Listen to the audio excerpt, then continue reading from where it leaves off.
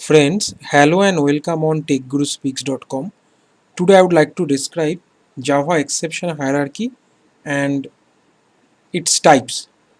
In the previous class I discussed about the introduction to Java exception handling, what is the meaning of exception and how to deal with exceptions.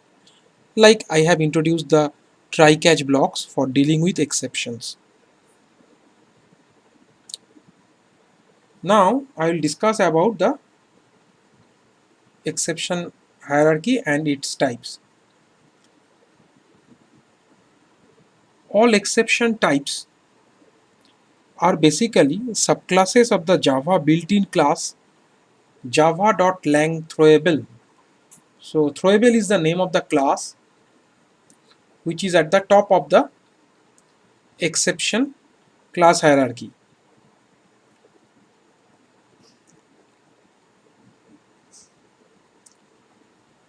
Immediately below the throwable class there are two subclasses that partition exceptions in Java into two distinct branches like java.lang.exception and java.lang.error. Just have a look at the diagram here. So object is the superclass of throwable. So from object class throwable has been created. So it is a subclass of object. Now from throwable class, which is at the top of the exception class hierarchy, is having two branches like java.lang.exception and java.lang.error.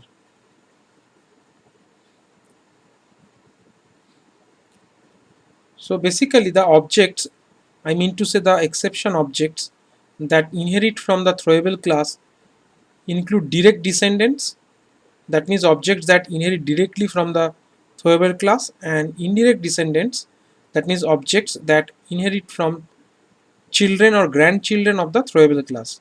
So the figure here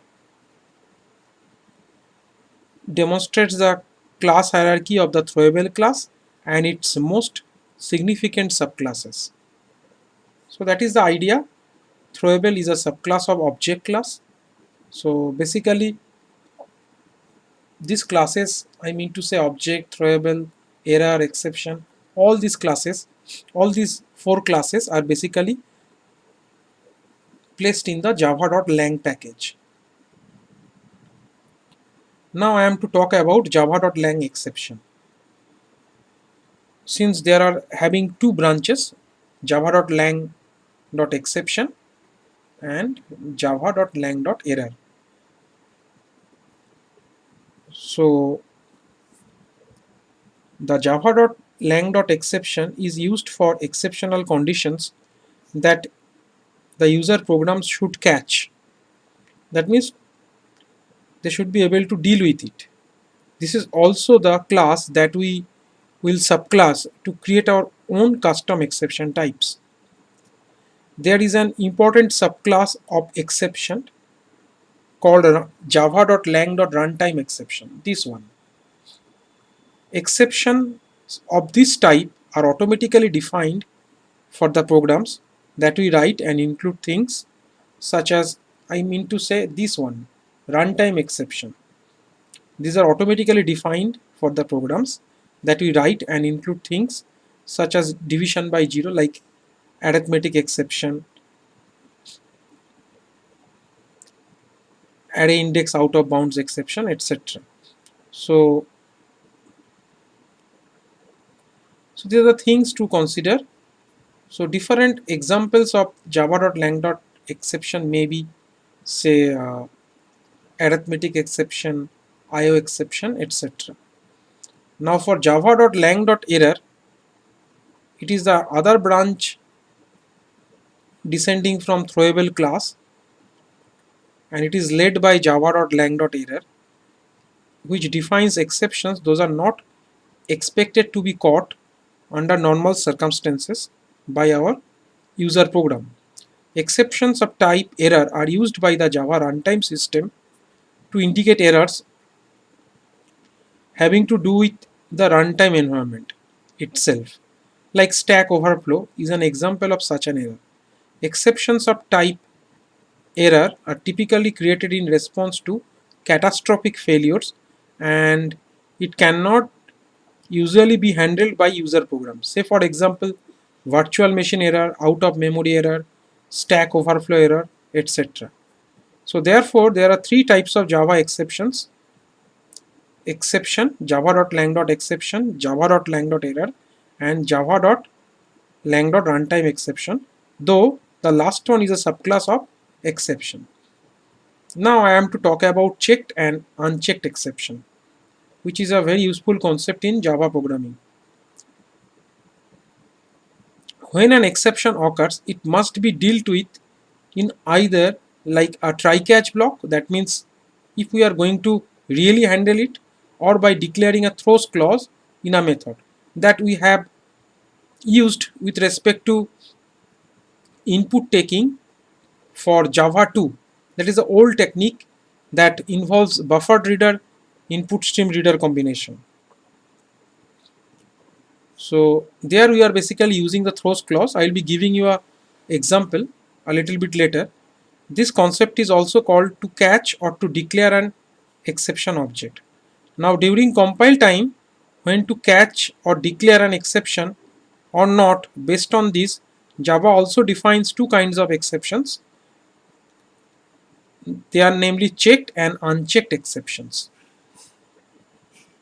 Now for checked exceptions, compiler will check that we have done one of the two things, like to catch or to declare. So these are called checked exceptions. Exceptions that inherit from the java.lang.exception classes, like this particular branch, except runtime exception, this will not be considered for checked exception. Checked exceptions force the programmers to deal with the exception that may be thrown by the API. I mean to say the Java API, either in a catch clause or by forwarding it outward with the throws clause. Examples are exception, IO exception, file not found exception, etc. Now comes the unchecked exceptions. Both java.lang.runtime exception, which is a subclass of exception, and java.lang.error and their subclasses are not checked by the compiler, even though we can choose to catch or declare with respect to java.lang.runtime exception and its subclasses, but it's not required. So these two are called unchecked exceptions. Unlike checked exceptions, the subclasses of runtime exceptions do not need to be caught at compile time. The subclasses of error often cannot be. So that is the idea. So the example may be arithmetic exception, array index out of bounds exception, null pointer exception, etc. So that is the idea. Now I will be giving you some coding example in terms of NetBeans IDE to deal with the exception or to declare it by using throws clause. To deal it with the error means what? To deal with the runtime exception is basically to use the try catch block and to deal. And if we are not going to deal with, we have to declare it, provided we are using the checked exception, and that can be done by using the declare, this particular concept, and that is done by using the throws clause. So just have a look at it by using the NetBeans IDE. It's a very simple example I will be taking here. Say for example, that is the old one that I have demonstrated for the introductory tutorial for Java exception handling. So here it is basically the error prone code. Okay, so it is basically a kind of exception that is a subclass of java.lang.runtime exception, because arithmetic exception is a subclass of java.lang.runtime exception. I mean to say this one. So this exception occurs and it should be placed in a try block so that it cannot be propagated. So the error prone code is now placed into the try block, and there will be a matching catch block, because the catch block is responsible for dealing with it. So that is the way to deal with the exception if it has occurred in the program. So in that way the error may be confined within the try catch block, but we will be able to run the rest of the program which is considered to be valid code, like these ones. So this is the area where the error basically occurs. I mean to say the exception actually occurs. So just have a look at it. So it is basically creating the problem because of the value 10 and 0, 10 by 0 division by 0 exception. It is called arithmetic exception. So this is the error prone code, and we have to deal with it by using the arithmetic exception, though the exception first occurs within this method. So here we can write here throws clause, but the thing is that since it is an unchecked exception, whether we write it or not, it doesn't matter. Remember it, whether we are declaring about the unchecked exception in the method where the exception occurs, it doesn't matter because it is not a checked exception. So the compiler will not enforce the programmer to place it here if you are not trying to handle it, because there is no try catch. So even we are not having any try catch here, try catch block here, it doesn't require the presence of the throws clause. So if I am omitting this, there is no problem. The code will be running smoothly and giving the output accordingly. But for checked exception, I must provide the throws clause if I am not having the try catch block. But however, the exception has been handled here by using the try catch block. So that is the idea of using try catch block. So in that way, the problem can be solved. Now for the throws clause, say for example, here I am going to take keyboard input for addition of two numbers, like two numbers I am going to provide here as the input. So here comes the method names input.readline. So it is a good old way of taking keyboard input by using the buffer reader input stream reader combination. So that we have done here, but this method is associated with basically the